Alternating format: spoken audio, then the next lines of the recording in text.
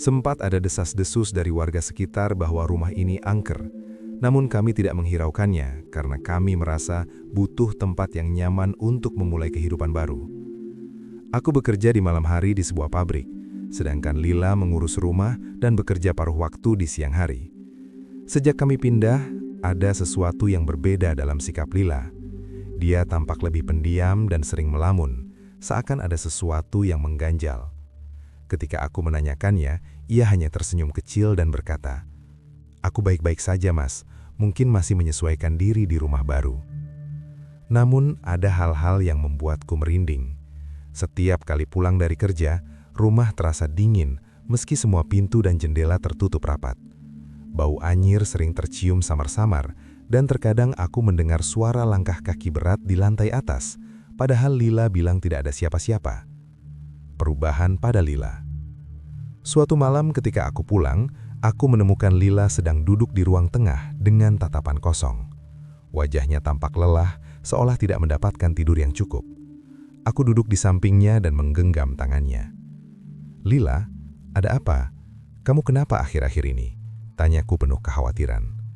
Dia hanya memandangku sejenak sebelum menjawab. Aku tidak tahu, Mas. Rasanya aneh. Setiap malam aku merasa ada yang datang ke kamar, dan itu seperti dirimu." Jantungku berdetak kencang. "Maksudmu, aku datang ke kamar? Tapi aku kan kerja malam, Lila," jawabku heran. Dia menunduk dan tampak ragu. "Iya, tapi setiap malam aku merasa ada yang memelukku, berbisik halus, persis sepertimu. Aku pikir itu kamu, Mas. Tapi setelah aku sadar, kamu sudah tidak ada." Aku mencoba menenangkan Lila dan berkata bahwa mungkin itu hanya mimpi atau efek dari perpindahan rumah. Namun, dalam hati, aku merasa ada sesuatu yang tidak beres. Malam yang mencekam. Keesokan harinya, aku memutuskan untuk pergi ke tempat kerja lebih malam dari biasanya. Sebelum berangkat, aku memberitahu Lila bahwa aku akan pulang sedikit lebih awal. Aku berharap bisa memergoki siapa atau apa yang datang ke kamar kami saat aku bekerja. Sekitar pukul 2 pagi, aku kembali ke rumah tanpa membuat suara sedikit pun. Saat membuka pintu kamar, aku melihat sosok yang menyerupai diriku sendiri. Sosok pria besar dengan wajah yang menyerupai wajahku sedang duduk di tepi ranjang menatap Lila yang tengah tertidur. Aku tertegun, tubuhku kaku melihat sosok itu. Ia tampak begitu nyata, namun ada sesuatu yang mengerikan. Matanya merah menyala dalam kegelapan, dan tubuhnya yang besar serta berotot itu seakan memancarkan aura dingin yang menusuk. Dengan hati-hati, aku mendekatkan diri dan berusaha mengumpulkan keberanian. "Hei, siapa kamu?" Seruku mencoba terdengar tegas meski suara keluar bergetar. Sosok itu menoleh perlahan dan senyumnya yang menyeramkan menghiasi wajahnya. "Ah, kamu pulang lebih awal ya? Maaf, aku tidak tahu kamu akan datang," katanya dengan suara berat yang mengerikan. Aku terhuyung mundur, tak mampu berkata-kata. Sosok itu tampak begitu nyata, begitu menyerupai diriku, tetapi tatapan matanya bukanlah tatapan manusia. Kengerian yang terungkap. Sosok itu perlahan bangkit dari tempat tidur dan berjalan mendekatiku. "Aku sudah lama di sini, sejak sebelum kalian datang, dan istrimu, dia sangat menggoda." Aku ingin berteriak, tetapi suara tercekat di tenggorokanku. Perlahan, aku menyadari siapa atau apa sosok itu. Ini adalah genderuwo, makhluk gaib yang sering digambarkan berwujud seperti manusia besar dengan kekuatan magis untuk menyesatkan dan menipu. Mengapa kau menyamar sebagai aku?" Tanyaku dengan suara gemetar. Genderuwo itu tertawa kecil. "Dia menyukai kamu tentu saja, tetapi aku memberinya sesuatu yang tidak bisa kau berikan. Kehadiran setiap malam. Dia bahkan tidak bisa membedakan mana aku dan mana dirimu. Tidakkah kau merasa kasihan meninggalkannya sendirian setiap malam?" Perkataannya menusuk hatiku dan kemarahan menguasai diriku. "Lepaskan dia, jangan ganggu istriku lagi." Aku berusaha mendekat, tetapi seakan ada kekuatan tak terlihat yang membuat langkahku berat. Genderuwo itu hanya tersenyum licik dan berbisik, Jika kau ingin mengambilnya kembali, kau harus berani menghadapi bayanganku, dimanapun, kapanpun. Tapi ingat, dia sudah mulai menerima kehadiranku. Mungkin suatu hari, dia akan memilihku. Setelah kejadian itu, Lila semakin sering melamun dan tampak kehilangan semangat. Dia menjadi pendiam dan kadang mengigau di malam hari, menyebut namaku dengan penuh kebingungan.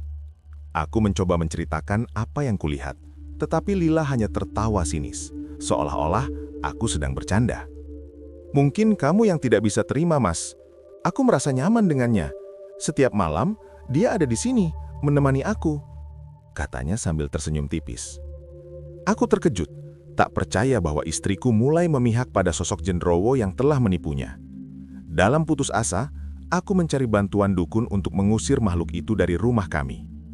Dukun tersebut berkata, makhluk itu sudah terlalu dalam masuk ke dalam hatinya. Satu-satunya cara adalah kamu harus menjauhkan istrimu dari tempat ini untuk selamanya. Dengan berat hati, aku memutuskan untuk membawa Lila pindah dari rumah itu. Namun, yang tak kusadari, makhluk itu telah meninggalkan jejak yang lebih dalam diri istriku. Meski kami telah jauh dari rumah itu, terkadang saat aku bekerja malam, aku menemukan Lila duduk di kamar, tersenyum pada sesuatu yang tak terlihat, seolah masih merasakan kehadirannya. Dan setiap malam, bayangan dari masa lalu itu terus menghantuiku, dengan tatapan merah menyala yang seolah berkata bahwa ia akan kembali. Setelah beberapa minggu mencoba kembali menjalani kehidupan normal, aku menyadari bahwa ada sesuatu yang aneh pada Lila. Meskipun kami telah pindah jauh dari rumah lama, tingkahnya tak lagi sama. Lila semakin sering terbangun di malam hari, duduk di ujung ranjang dengan pandangan kosong, atau bahkan berbicara pelan, seolah sedang berdialog dengan seseorang yang tak terlihat. Suatu malam, saat pulang dari kerja, aku menemukannya dalam posisi itu lagi, duduk di tepi ranjang, menatap jendela dengan mata yang tampak hampa. Aku menghela nafas dalam-dalam, lalu menghampirinya. "Lila," panggilku pelan. Dia tidak menoleh. "Aku merindukannya," gumamnya nyaris tak terdengar. Jantungku berdebar kencang. "Apa maksudmu? Siapa yang kamu rindukan?" Tanpa mengalihkan pandangan, dia menjawab dengan suara yang aneh, datar, hampir seperti bukan suaranya sendiri. "Dia yang menemaniku setiap malam di rumah lama." Aku menelan ludah, merasakan hawa dingin menjalar di sepanjang tulang belakangku. Aku berusaha menenangkan diri dan mengusap bahunya. "Lila, kita sudah jauh dari sana. Tidak ada lagi yang menemanimu. Itu hanya bayangan dari masa lalu." Lila menoleh kepadaku perlahan. Tatapannya dingin, senyumnya tipis, nyaris menyeramkan. "Kamu salah, Mas. Dia berjanji tidak akan meninggalkanku. Dia berjanji akan datang lagi dimanapun aku berada." Aku mundur selangkah, merasakan ketegangan di udara yang membuat nafasku semakin berat. "Lila, dengarkan aku. Itu bukan aku. Dia adalah makhluk jahat, Gendrowo yang menipumu. Kamu harus melupakannya." Tiba-tiba, Lila tertawa kecil. Suaranya serak, berbeda dari biasanya. "Apa kamu benar-benar berpikir aku bisa lupa? Aku tahu setiap malam bersamanya, dia selalu ada untukku, menemani sementara kamu sibuk bekerja." Sejak malam itu, Lila semakin sering berbicara sendiri, tertawa tanpa alasan, dan bahkan tersenyum pada sesuatu di sudut kamar yang tampak kosong. Rasa cemburu dan ketakutan menguasai pikiranku, membuatku tak tenang setiap kali meninggalkannya sendirian. Suatu malam, aku mencoba untuk mengawasi apa yang terjadi. Aku pura-pura berangkat kerja, tetapi bersembunyi di luar rumah, menunggu tengah malam tiba. Sekitar pukul 2 pagi, suara pelan dari kamar kami mulai terdengar. Suara tawa Lila yang lirih, bercampur suara berat yang sangat kukenal. Suara Gendrowo itu.